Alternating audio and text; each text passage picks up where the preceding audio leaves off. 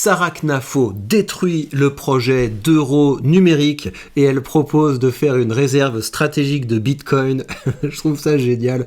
C'est heureusement qu'elle est là, ça fait quand même plaisir. Donc on va regarder cette vidéo. Ça me permet de faire un follow-up sur une vidéo que je vous avais publiée un peu plus tôt cette année. Donc allez la voir, enfin ça sert à rien d'aller la voir, je vous la mettrai de toute façon à la fin de cette vidéo, mais que vous compreniez ce que c'est que ce projet d'euro numérique rapidement. L'euro numérique, c'est une monnaie qui est potentiellement programmable.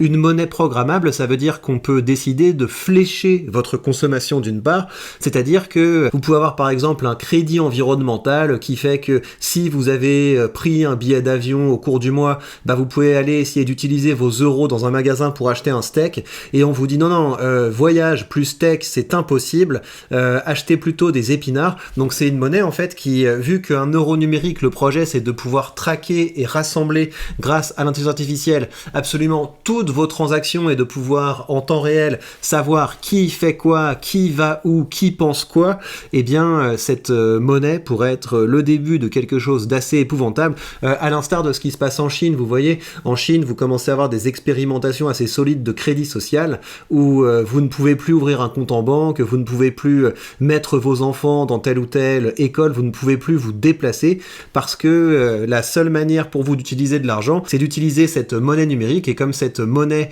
est combinée avec des données qui vous donnent un score de bon ou de mauvais citoyen, eh bien vous pouvez vous retrouver dans ce genre de situation. Et l'autre problème d'une monnaie programmable, c'est qu'on peut aller aussi vers des trucs du type, si vous n'avez pas consommé votre argent à telle date, il est périmé. On pourrait vraiment imaginer quelque chose de ce type-là, par exemple pour vous dire, bah voilà, l'argent que vous n'avez pas consommé, vous n'en disposez pas, il disparaît, et si vous ne voulez pas qu'il disparaisse, vous l'investissez dans la dette de tel ou tel pays. Alors attention, on n'en est pas encore là, mais disons qu'une monnaie programmable, c'est quelque chose qui peut faire ça. L'Europe, c'est quand même beaucoup plus libéral que la Chine. L'Union européenne, c'est beaucoup plus libéral que la France. C'est pour ça que je vous dis régulièrement que l'Europe est une chance pour la France, parce que sans l'Europe, ça ferait longtemps que les Français seraient enfermés dans l'équivalent de la Corée du Nord. Mais il faut être très vigilant sur ces délires d'euros numériques. Allez donc voir cette vidéo si vous voulez en savoir plus, et on va maintenant écouter ce que nous dit Sarah Knafo. Ça va nous permettre aussi de parler du Bitcoin parce que c'est un sujet qui est intéressant. Il y a 3 ans déjà, de l'autre côté de l'Atlantique, le président du Salvador a décidé d'investir pour son pays dans les crypto-monnaies. À l'époque, il a été conspué par la classe politique et par le FMI. Il affiche aujourd'hui une plus-value de 100%. Des centaines de millions de dollars disponibles pour son peuple, pour la sécurité et pour la souveraineté de son pays. Le monde entier se prépare désormais à tirer parti de cette révolution de la finance décentralisée. Elle n'a pas besoin de cette musique-là, son discours est assez intéressant comme ça. Alors, première petite chose, c'est que je vais développer, mais donc effectivement, ça fait plaisir que vous ayez des politiciens qui considèrent que les crypto-monnaies sont autre chose qu'un scam. Ça, c'est une chose. C'est effectivement intéressant que vous ayez aujourd'hui des politiciens qui commencent à admettre que, effectivement, le Salvador, c'était pas si fou le pari qu'ils ont fait. Après, ceci étant dit, donc c'est très bien qu'elle parle de finance décentralisée, mais pour moi, tout l'intérêt de la finance décentralisée, c'est justement la finance sans l'État. Donc je ne sais pas s'il faut encourager les États à investir ce domaine, parce que ce qui risque de se passer, donc regardez, là je vous ai mis un petit document, vous voyez les performances comparées pour 2024 du Nasdaq, du SP500, de l'Eurostock 50, du CAC 40 qui n'en finit pas de décevoir. C'est les effets cumulés du communisme, je vous en ai déjà assez parlé sur cette chaîne, l'indice du monde entier, et ici vous avez le Bitcoin. Donc on est quand même dans une hype autour du Bitcoin, et évidemment le Bitcoin, on peut faire un pari sur le long terme en se disant, mais vu que c'est une monnaie qui est rare par nature, par définition, eh bien ça ne peut que monter. En tout cas c'est l'hypothèse que font les pro-Bitcoin, et vous avez par ailleurs une utilité, c'est que vous pouvez faire des transactions sans intermédiaire, que le Bitcoin est reconnu partout où les gens ont confiance dans le Bitcoin, que vous pouvez très facilement échanger avec certains, payer des produits et des services de pair à pair. Donc voilà, je vous laisse imaginer pourquoi c'est intéressant parfois de payer des produits et des services de pair à pair. Moi je le fais pas, hein. Ah non, moi je ne fais pas ce genre de choses, mais ça pourrait être intéressant pour certaines personnes de décider de faire des échanges directement entre individus sans devoir passer par des intermédiaires. Donc vous avez le Bitcoin qui vous permet de faire facilement des transactions, et vraiment si je peux vous donner un conseil, conseille, au-delà du côté c'est cool parce que ça me permet de stocker de la valeur et puis ça a un intérêt spéculatif parce qu'on peut se dire que peut-être que ça fera encore x10 dans les prochaines années. Le gros intérêt, ce sont les gens qui sont intéressés par le Bitcoin, et donc où que vous soyez en France ou dans le monde, je vous conseille de faire une recherche sur Google et de rechercher où est le Bitcoin Meetup le plus proche de vous, et vous allez voir qu'assez régulièrement vous avez des communautés Bitcoin qui se rassemblent pour boire des coups avec des personnes qui veulent parler Bitcoin, qui veulent parler crypto, et vous allez vous rendre compte que d'une part dans ces communautés-là vous avez des gens qui sont d'horizons très divers, mais qui en général partagent le même amour de la liberté, le même amour de la souveraineté, et parfois peut-être aussi le même rejet du gauchisme mental. Mais donc voilà, moi je vous conseille de vous connecter avec les communautés Bitcoin près de chez vous, et vous allez rencontrer des gens sympas. Donc voilà, c'est un autre gros intérêt, puis ça vous permettra de nouer des liens de solidarité, et puis de commencer à échanger plein de choses avec d'autres personnes.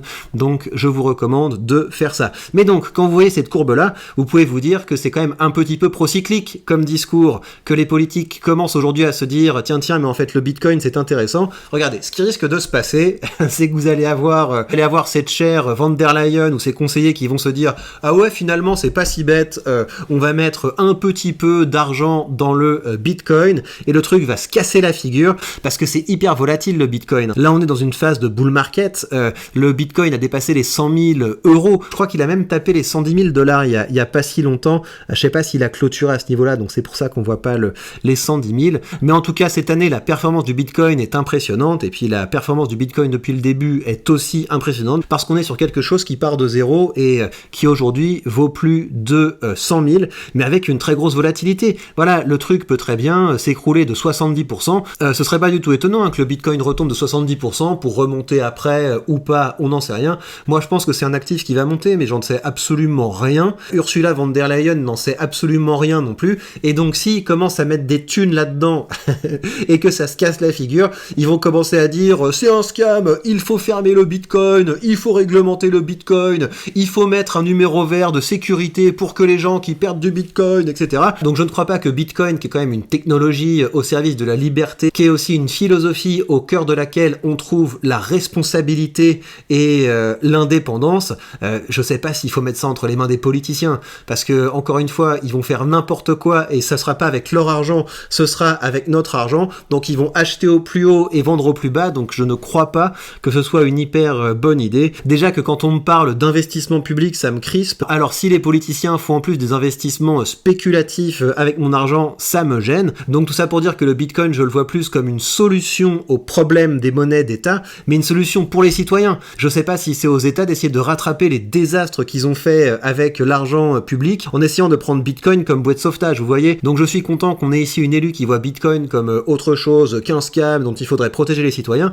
mais je pense que là où les politiciens peuvent nous être vraiment très utile, en tout cas ceux qui aiment la liberté, c'est pas tellement de mettre notre argent dans Bitcoin, parce que ça, on peut le faire nous-mêmes. Ce serait plus s'ils pouvaient se battre pour que les réglementations européennes cessent de nous enquiquiner, et pour qu'ils essaient pas de nous taxer là-dessus. Voilà, il faut pas nous taxer là-dessus, il faut pas nous enquiquiner là-dessus, il faut pas essayer de nous pourchasser, il faut nous laisser tranquilles, et cet écosystème fonctionnera bien parce qu'il est décentralisé, et parce que dans sa philosophie, c'est le contraire de ce qu'essaient de faire les politiques. Donc merci Sarah de t'intéresser à ça, mais je pense pas qu'il faut que les politiques, surtout les bureaucrates européens, mettent leur nez là-dedans. Je pense que vraiment on peut très bien s'en sortir sans eux. Donald Trump va constituer une réserve stratégique de Bitcoin pour les États-Unis.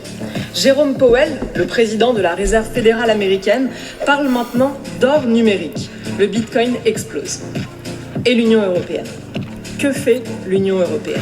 Alors ça oui, je comprends un petit peu cette idée, parce que effectivement vous pourriez penser que pour les États, Bitcoin soit intéressant comme une manière de se dédollariser. Ça pourrait être intéressant de l'avoir au même titre que les États peuvent avoir des paniers de devises ou de l'or, mais encore une fois avec notre argent, je le sens pas. Je crois pas qu'on puisse changer des dirigeants européens en personnes qui comprennent la tech, et puis encore une fois ils vont l'acheter au pire moment et paniquer, le revendre, enfin ils vont faire n'importe quoi comme les incompétents qu'ils sont. Mais après, si on a une vision de l'Europe puissance et ce genre de choses, si les autres régions du monde investissent dedans, est-ce que ça vaut la peine de se mettre dans la course ? Je peux comprendre l'argument.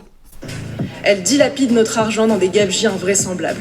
Elle continue d'accumuler des déficits tragiquement inflationnistes. Elle s'obstine à réguler, taxer, freiner. Il est temps de changer de paradigme. Il est temps de protéger nos peuples face à l'inflation et aux mauvais choix économiques de nos États. Il est temps de dire non aux tentations totalitaires de la Banque Centrale Européenne qui veut imposer un euro numérique entièrement à sa main.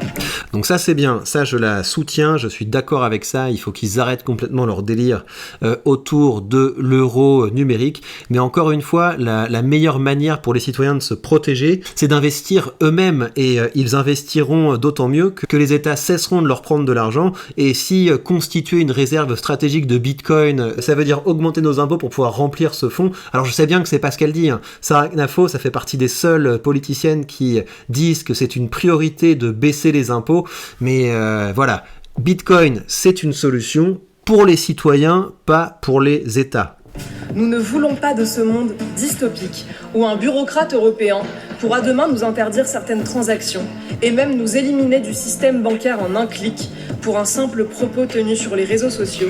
Et c'est ça le gros intérêt de la finance décentralisée, hein. C'est pour ça que je vous ai parlé de finance décentralisée sur cette chaîne à un moment, mais c'est à vous de faire vos recherches. Il faut pas attendre qu'on vous prenne par la main, et oui, vous avez intérêt à ouvrir un wallet, oui, vous avez intérêt à avoir une clé Ledger, et pas forcément Ledger, hein. Vous avez intérêt à avoir des cold wallets, quels qu'ils soient, vous avez intérêt à les multiplier, vous avez intérêt à avoir un bon système pour sécuriser tous vos actifs numériques, parce que ça aura le gros intérêt, et Bitcoin en particulier, d'empêcher les bureaucrates de saisir tout votre argent, et ça vous permet également de faire des transactions sans qu'ils mettent leurs vilaines pattes dans vos données.